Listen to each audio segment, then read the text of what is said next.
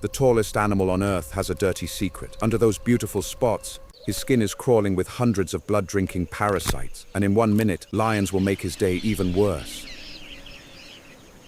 Look closer at what he carries. Ticks buried in his armpits, ticks packed along his mane, ticks crowded in the soft skin behind his ears, drinking his blood day and night. He cannot scratch a single one of them, but the oxpeckers can reach them all. They land along his towering neck, and the great cleaning begins.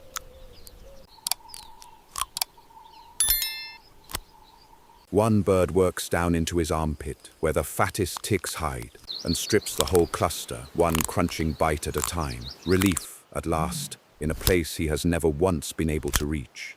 Another bird works the most delicate place of all, the thin skin around his huge dark eyes, picking away the flies and tiny parasites that gather there to drink his tears. And then one bird does something almost unbelievable. It hops to his head and disappears completely inside his ear, cleaning where no other creature on Earth will ever go.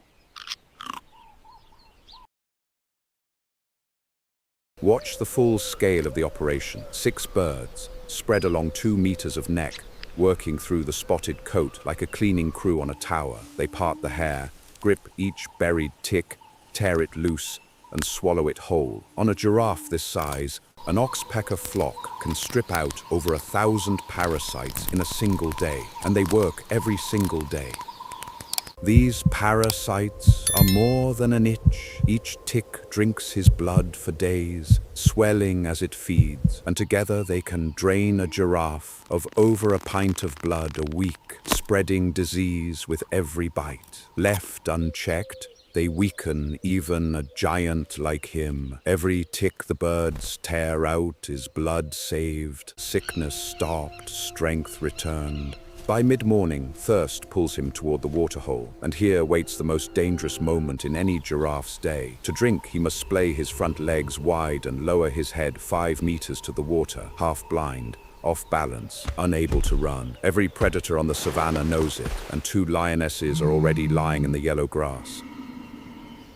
His lips touch the water, the lionesses rise, and the birds on his neck see them first. They explode upward in a shrieking storm of alarm, and the old bull hurls his head skyward, whips his legs together, and wheels away from the water as the first lioness breaks from the grass at a full sprint. But a worn giraffe is a giraffe no lion can catch. His endless legs unfold into a rolling gallop that eats the ground, and when one lioness lunges too close, he answers with the deadliest kick in Africa, a single strike that can break a lion's skull. She veers away. The hunt is finished before it truly began. The birds gave him back his life. A kilometer on, he stops beneath an acacia, sides heaving, and out of the empty sky, his crew returns. One by one, the oxpeckers drop back onto his neck, exactly where they left, and simply resume the morning's work, as if the lions had been nothing but a short break between ticks.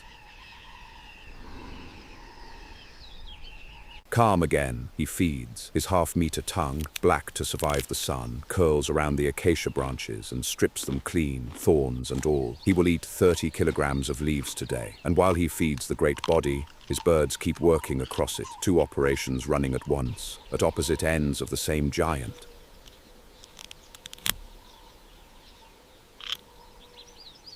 The birds work lower now down his endless legs, where ticks climb aboard from the grass with every step he takes. They spiral around each leg like painters on a ladder, clearing the fresh arrivals before they can dig in and start to feed. On a giraffe, even pest control is a vertical profession.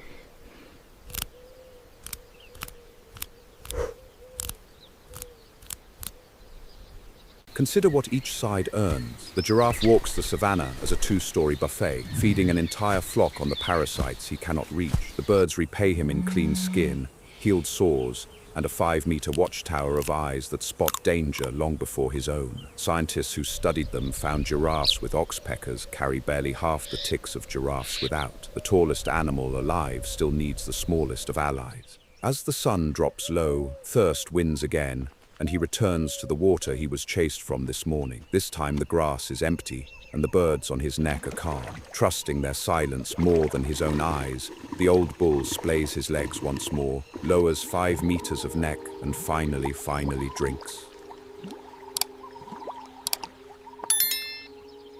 And even here, the crew finds work. Water-loving flies rise from the pool and settle on his damp muzzle, and the birds pick them off between his sips. Then down the wet legs they go again, clearing the leeches that reached up from the mud while he drank. No moment of a giraffe's day is ever free of passengers, and no passenger survives the crew for long.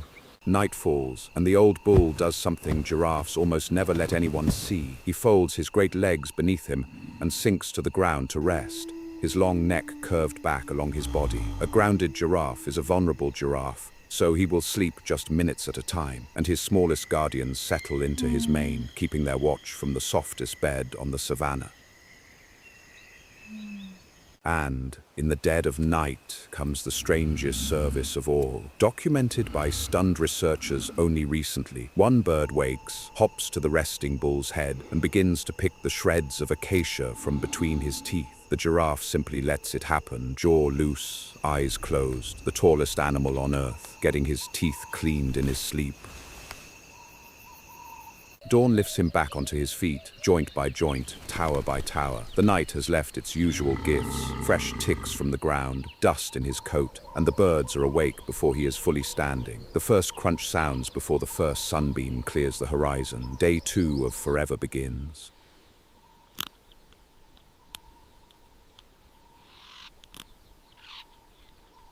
And the full morning service begins. Beak into the coat, grip, tear, swallow. Down the mane, into the armpits, behind the ears, around the eyes. The old bull stands stone still with his eyes closed and his lip drooping, lost in the closest thing a giraffe ever feels to bliss, while his crew strips the night's invaders from every hidden fold of his towering body. And everywhere the old bull walks today, he will pass the same bargain being kept on other backs. On the zebra and the buffalo, the rhino and the warthog, the same red-tipped beaks work the same hidden folds. The savannah is not a collection of animals. It is a web of services, running since before our species drew breath.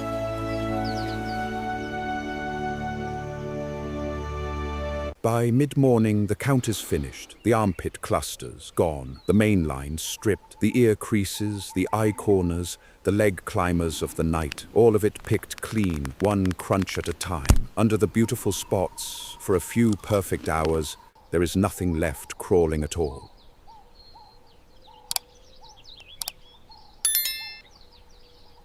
We remember the lions at the waterhole, the gallop, the kick that turned the hunt. But the truth of the old bull's 8 years is quieter than any chase. It is 1,000 parasites a day, torn out by beaks lighter than his eyelashes. It is a bird asleep in his mane, and another cleaning his teeth in the dark. Giants are not kept alive by size. They are kept alive by the small.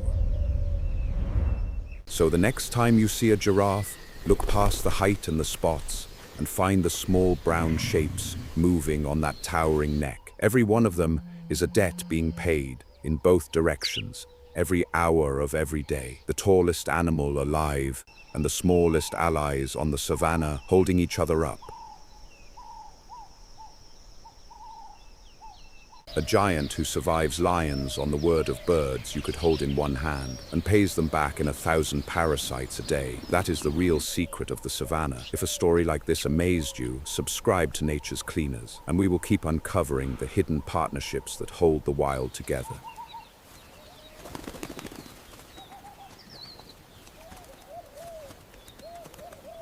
Tonight he will fold himself to the ground again, and a small bird will clean his teeth while he dreams. One more gentle giant, held together by the smallest hands on the savannah. Thank you for watching. We will see you at the next Hidden Alliance.